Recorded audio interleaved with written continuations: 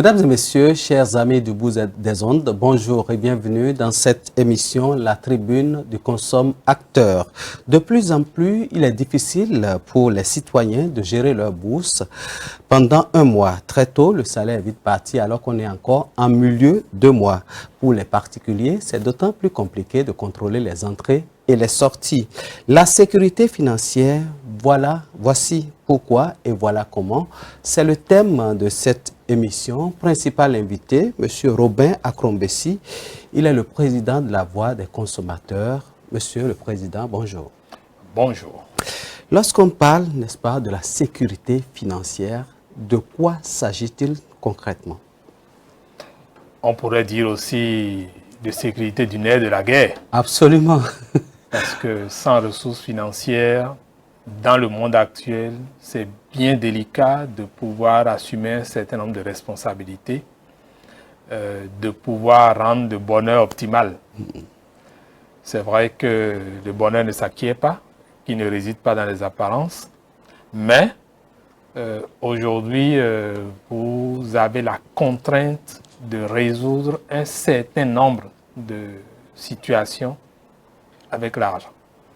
Et donc, l'argent, on sait que pour l'acquérir, ce n'est pas toujours facile pour certains et que sa gestion doit être faite donc avec parcimonie, avec sagesse, pour que, au moment où nous aurons besoin de répondre aux attentes de nos familles, de nos proches, de ceux dont nous avons la charge, nous puissions répondre de manière sereine. Alors, c'est cette question éternelle de la sécurité du consommateur, c'est-à-dire qu'il va bien falloir que les services qui sont rendus par rapport aux finances, que ces services ne menacent ni la santé, ni la vie du consommateur, encore moins son équilibre financier. Pourquoi? Aujourd'hui, si par exemple, vous allez déposer de l'argent sur un compte épargne, je prends le cas de ce qui est plus courant aujourd'hui, le mobile money, qui n'est pas l'affaire d'un réseau, mais qui est un service. Le mobile money, si vous déposez de l'argent sur votre compte, et qu'au moment où vous avez besoin d'acheter des médicaments, au moment où vous avez besoin de payer des frais de scolarité pour vos enfants, de payer de l'alimentation pour la maison, la popote, l'émetteur de monnaie électronique vous dit que son service n'est pas disponible. Vous allez faire comment? Il s'agit de médicaments.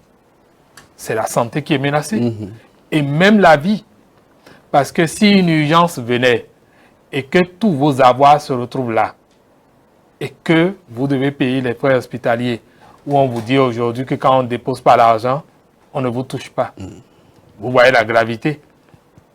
Il y a la question des prêts, des surendettements, qui est un gros traquenard.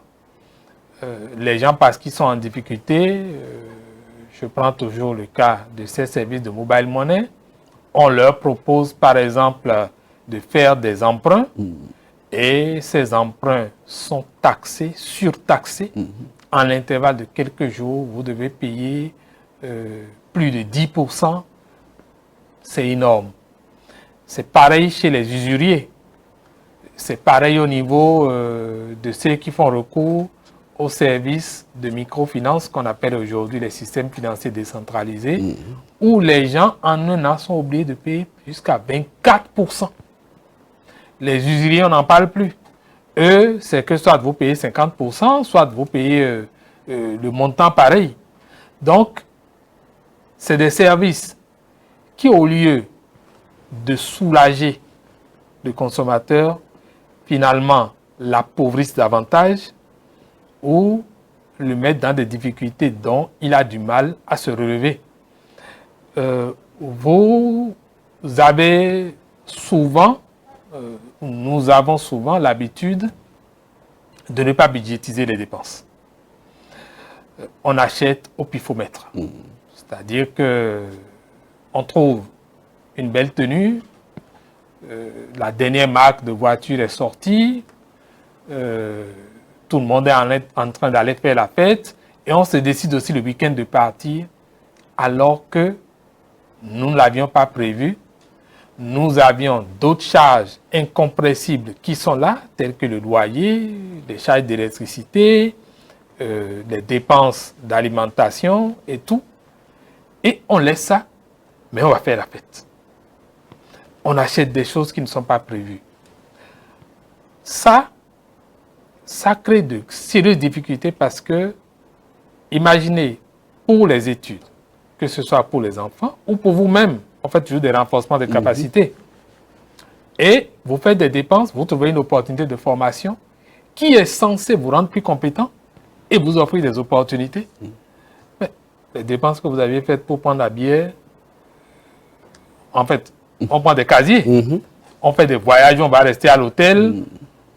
Et ce n'est pas bon de ne pas se faire plaisir, mais il ne faut pas le faire sans mesure, sans sagesse. Donc, ça crée des dysfonctionnements qui peuvent handicaper. Et enfin, je vais donner l'exemple des dépenses que nous faisons qui sont des dépenses plus ruineuses que tout. C'est-à-dire, on a par exemple un véhicule qui est très gourmand en carburant. On va habiter dans une banlieue parce que tout le monde se dit, je veux être chez moi. C'est légitime. Je veux être dans ma propre maison parce que les propriétaires de maison, ils ne nous rendent pas toujours la vie facile. Mais quand vous allez dans cette banlieue et que vous vous installez, après faites le budget des dépenses que vous faites en carburant, en pneumatique, l'énergie que vous perdez, le temps que vous perdez à vous déplacer, qui aurait pu vous permettre de gagner de l'argent. Et finalement, quand on regarde toutes ces dépenses, c'est plus onéreux que de louer en ville et d'y rester. Peut-être d'avoir la maison, une petite maison en campagne et les week-ends d'y aller. Donc, voilà autant de problèmes qu'une mauvaise gestion financière peut générer, qu'une mauvaise planification peut apporter en termes d'insécurité financière. À vous entendre, on a l'impression qu'il y a un problème de planification au niveau des dépenses. Comment donc, si je suis par exemple salarié, et bientôt on viendra sur ceux qui n'ont pas d'entrée fixe, quand je suis salarié par exemple, comment dois-je planifier mes dépenses pour pouvoir rester dans mon budget? Eh bien, lorsque c'est le cas, il y a une règle qui est suivie par certains. Je ne la trouve pas mauvaise en soi. Chacun peut adapter cette règle selon ses préoccupations ou selon ses contraintes. C'est la règle du 50, 30, 20. Vous choisissez par exemple de dépenser 50% pour tout ce qui est charge incompressible, l'alimentation, tout ce qui fait le ménage. Les 30% vous réservez pour les dépenses sanitaires et autres. Et les 20%, ça fait votre économie que vous ne touchez pas. Vous laissez là pour l'épargne qui peut résoudre les problèmes imprévus. Mais si moi j'ai un conseil à donner aux gens, c'est plutôt de se dire, lorsque j'ai des rentrées, si elles sont fixes, pourquoi ne pas m'entendre avec ma famille pour que soit avec mon épouse, soit moi-même, j'investisse en achetant des actions dans des structures qui sont porteuses. Mais là, il faut faire attention. Je dis, il faut avoir de bons conseils financiers. Il ne faut pas aller mettre son argent chez n'importe qui vous vend vents et marées. Les vendeurs d'illusions, il y en a beaucoup aujourd'hui. Ou bien, si vous avez la possibilité vous-même de faire l'investissement direct et de pouvoir générer du revenu, pourquoi ne pas miser dans ce genre d'investissement beaucoup plus, prioriser l'alimentation à la maison et les bénéfices qu'on gagne par rapport à ça, on utilise ces bénéfices-là pour prendre les charges incompressibles comme loyer, hausse dépenses, carburant, ainsi de suite. Autrement dit, il faut diversifier les sources d'entrée. Il faut diversifier les sources d'entrée. Tout le monde sait aujourd'hui au Bénin, si vous n'êtes que salarié, ça va être difficile pour vous de joindre les deux bouts. L'autre chose, il faut que les gens suivent des formations d'éducation financière. Ça se fait au Bénin? Oui. Et d'ailleurs, je profite pour remercier la Banque centrale des États de l'Afrique de l'Ouest parce que, à force que nous réclamions, à force que nous nous plaignions en tant qu'association de consommateurs de ce que le traitement qui nous est réservé par les fournisseurs de services financiers n'est pas conforme, que les consommateurs sont victimes de beaucoup de choses, la banque a décidé finalement de former. Et donc, il y a un programme d'éducation financière pour presque tous les secteurs. Ça existe pour le primaire, ça existe pour le secondaire, ça existe pour l'université, ça existe pour le salarié, ça existe pour l'artisan. Donc, tout le monde sera formé en matière d'éducation financière et ça va rendre les gens plus éveillés parce que ce qui se passe dans cet univers, on a énoncé un peu, c'est énorme. Il faut que le salarié, il apprenne à budgétiser. C'est-à-dire que la dépense qui n'a pas été prévue, on n'a pas besoin de faire comme tout le monde. Vous ne savez pas si l'autre est héritier. Vous ne savez pas s'il n'a pas une ferme cachée quelque part qui lui permet d'avoir le manger tous les jours. Et vous aussi, vous allez vous aligner pour dire que vous allez faire la fête comme lui. Que vous allez acheter la dernière moto parce que votre moto est en train d'avoir quelques soucis. Vous ne pouvez pas faire ça. Donc, ne nous calquons pas sur ce que font les autres. Faisons de la budgétisation, faisons de la planification et contentons-nous de ce qui est essentiel. Et parlant de planification, est-ce qu'il vous est arrivé d'entrer dans un supermarché et de voir tellement de choses que vous n'avez pas prévues, que vous êtes tenté de les prendre? Est-ce que cela vous est arrivé une fois? La tentation, mais c'est la chose de tous les jours. C'est le plus grand plaisir que l'humain a, ça. Et il est tenté par tout ce qu'il voit parce que ses yeux, quand ça voit, ça attire. Lorsque il voit l'environnement, il voit tout le monde en train d'aller vers, il se dit, bon, mais après tout, il faut que je profite de la vie aussi. Donc, finalement, on est amené à faire des dépenses qu'on ne contrôle pas et les dégâts suivent, ça ne rate jamais. On fait attention. J'ai coutume de dire à mes enfants, lorsqu'on va dans des supermarchés, dans des rayons, je dis, ça, le consommateur n'en a pas besoin. Ça ne rendra pas forcément service au consommateur. Et ce n'est pas à tout moment qu'il faut acheter ça. On peut choisir des moments, par exemple des moments de fête, ou parce qu'on a planifié depuis le début de l'année. On s'est dit, c'est un moment où on choisit pour se faire plaisir. Et donc, on se permet d'acheter des choses qui coûtent peut-être un peu cher, qui rentrent dans du luxe, mais on ne peut pas passer toute l'année à acheter du luxe. Ce n'est pas possible. Alors, l'autre chose, c'est les fonctionnaires en début de carrière. Selon la profession que vous embrassez, en début de carrière, il y a les banques qui vous font des offres. Parfois, ces offres sont asphyxiantes. Comment se comporter face à ces offres-là qu'on vous propose? Même pas seulement en début de carrière, même des fonctionnaires déjà accomplis ont des prêts qui, parfois, leur posent problème pour arrondir le mois. Oui, il y a de ces prêts que font les services des systèmes bancaires, que font les systèmes financiers, mais qui ne sont pas du tout profitables pour le consommateur, pour le fonctionnaire. C'est vrai, les gens vont vous dire, mais est-ce qu'ils ont le choix? Bien sûr que vous avez toujours le choix. Le problème, c'est qu'on ne se donne pas assez de temps avant de prendre certaines décisions. Lorsque une banque ou un service financier, une institution financière, vous fait une promesse ou une proposition de prêt, vous croyez que c'est pour vos beaux yeux? Non. Mais la banque a ouvert ou l'institution a ouvert pour gagner de l'argent. Pour faire du profit. C'est pour faire du profit. Elle n'a jamais eu de l'argent liquide elle-même assez pour pouvoir faire ses business. Donc, c'est nos épargnes qu'elle utilise. Mais elle vous revend très cher. Donc, regardez bien le besoin que vous avez. Si vous avez vraiment besoin de prêt, prenez juste l'essentiel. ne prenez pas plus que de besoin. Parce que quand vous prenez plus que de besoin, le problème c'est que vous êtes tenté par les plaisirs. Parce que quand on a l'argent, observez bien, vous devenez un roi. Vous êtes un pacha, vous êtes tout puissant. Et vous devenez un aimant qui attire. Vous rentrez dans une forme de consommer, une société de consommation où tout est bon à acheter. Donc, on invite à faire attention. Ça dépend de vos rentrées. On a dit, quand vous êtes fonctionnaire, il faut faire attention.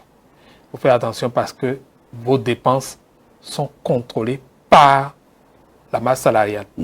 Ce qui vous rentre en termes de pécune. Donc, il faut vraiment faire attention, ne pas se livrer à toutes ces dépenses-là. Et, vous savez, quand on parle de couple, il faut que on discute entre épouse et époux. De sorte qu'on rompt un peu avec la logique de l'argent que la femme a gagné, c'est pour elle. C'est pour les produits de beauté. C'est pour les dépenses de prestige pour elle-même. Mais, pour le mari, oui, on peut l'utiliser, on peut consommer à foison. On peut le pousser jusque dans le décor. Après, on pourra lui dire qu'il est un incapable. Il faut que dans le foyer, qu'on s'entende. Si la femme veut aider son mari, il y a bien des charges qu'elle peut prendre. Il y a, même si elle ne prend pas en charge certaines choses, qu'elle aide le mari à faire moins de gaspillage. C'est fondamental. Déjà, lorsque nous achetons les aliments, que ce soit ce dont on a besoin et que le reste, il n'en reste pas qu'on jette. D'autres en ont besoin et ne trouvent pas. Et après, ça nous rattrape. Donc, la mesure, la sagesse, la planification, discuter entre cela pour voir qu'est-ce qui est urgent, qu'est-ce qui est prioritaire. Si ce n'est pas prioritaire, il faut mieux s'en abstenir. Voilà, on a parlé des gens qui ont des charges fixes. Il y en a qui sont dans le libéral. Et là, les charges ne sont même pas, les entrées ne sont pas fixes. C'est encore plus dangereux si on ne sait pas prendre les risques à ce niveau-là. Je veux qu'on vous dise un mot par rapport à cet aspect. Oui, lorsque ça vient aujourd'hui, ça vient un peu moins bien demain, ça vient beaucoup après. Bon, voilà des gens aussi qui se permettent beaucoup de luxe, qui se donnent beaucoup de liberté. Mais en réalité, ils doivent aussi budgétiser, ils doivent aussi planifier. Et eux encore beaucoup plus. Parce que c'est des gens, pour la plupart, qui n'épargnent pas à la CNSS. Donc, leur retraite n'est calibrée par rien du tout. Leur retraite n'est soutenue par rien du tout. À ceux-là, on peut recommander davantage les services d'assureurs pour leurs vieux jours. Mais, une fois encore, je dis, il ne faut pas se laisser au premier venu. Il faut recevoir de bons conseils financiers. Il faut suivre des formations d'éducation financière pour s'assurer de là où on met son argent, parce que nous avons vu des assureurs mettre beaucoup de gens, beaucoup de ménages en difficulté parce qu'ils leur ont fait signer des contrats qu'ils n'ont pas compris. Et après, c'est devenu des litiges et les gens ont perdu parce qu'ils ont signé. Ils ont signé, ils ont perdu leur argent. Ils payent des centaines. Et quand vous ne pouvez pas lire, si vous n'êtes pas juriste, rapprochez-vous de ceux qui soit ont l'expertise, soit sont du métier, et cela vous coûtera peut-être un peu, mais c'est plus sécurisant que ce que vous allez perdre après, qui sera immense. Et ceux-là auront la responsabilité de vous avoir orienté. Donc, il faut toujours se rapprocher de ceux qui ont de l'expertise, ceux qui sont des professionnels de ces services financiers pour être accompagnés afin de faire de bons investissements. Et quand on est libéral, il faut davantage diversifier ses entrées.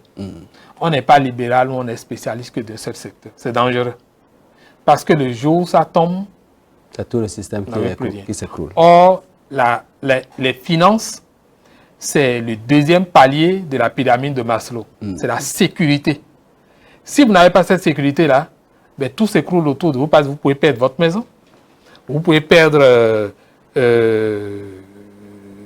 tout ce qui peut... C'est-à-dire quand la famille n'a pas la sécurité sanitaire, puisque vous n'avez pas les ressources pour les soigner, vous pouvez perdre des proches.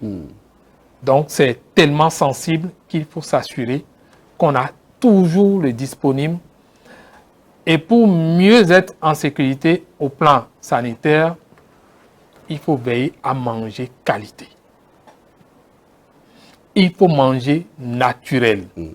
Vous aurez à moins aller à l'hôpital, vous aurez à moins aller en pharmacie. Voilà, je m'en voudrais qu'on poursuive cette émission, qu'on la termine sans évoquer l'une des sources d'insécurité financière, ce sont les enterrements en Afrique. Oui, les enterrements. C'est l'autre paradoxe.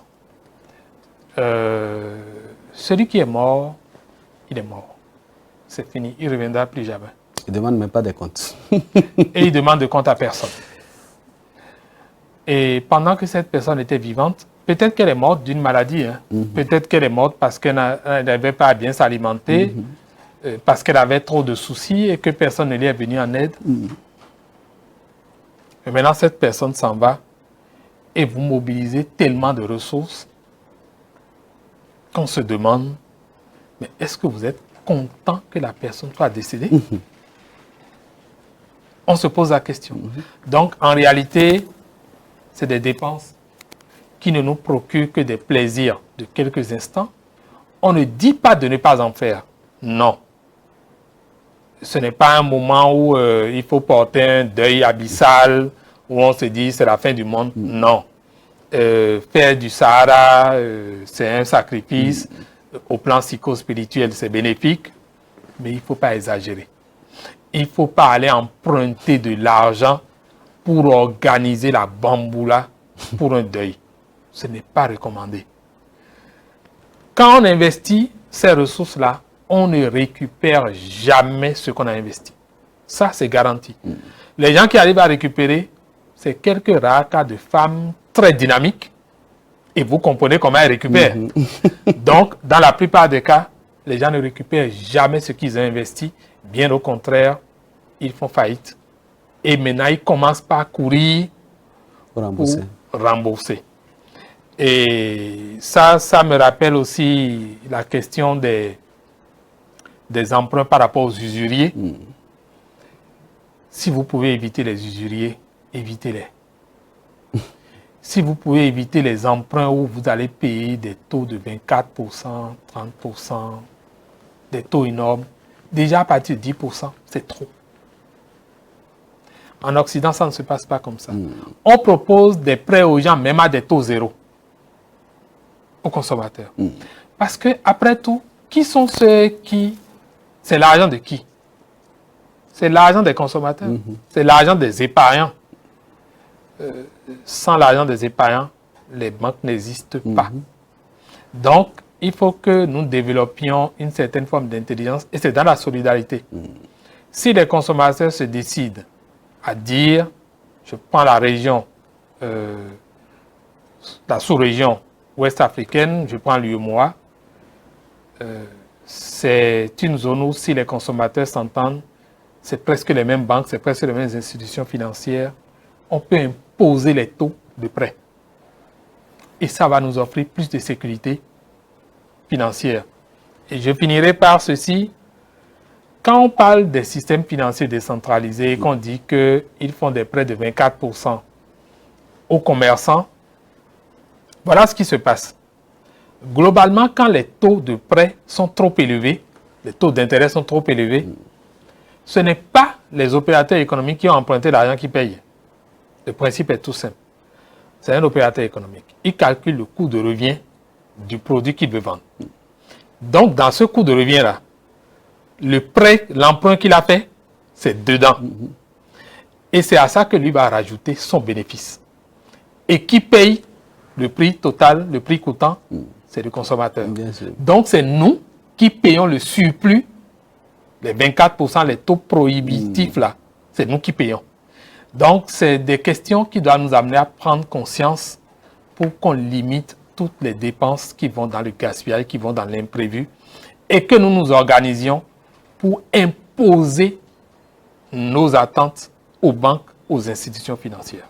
Voilà, et c'est sur ces mots que nous allons mettre un terme à cette émission. Mesdames et messieurs, j'espère que vous avez retenu quelque chose en matière de sécurité financière. Savoir gérer ses finances, c'est une meilleure façon de vivre et d'éviter des problèmes inutiles. Merci à chacun et à tous de nous avoir suivis. Merci à M. Akrombessi d'avoir répondu à notre invitation. Mesdames et messieurs, prenez le rendez-vous, n'est-ce pas, de la tribune des consommateurs sur votre chaîne Speedline TV.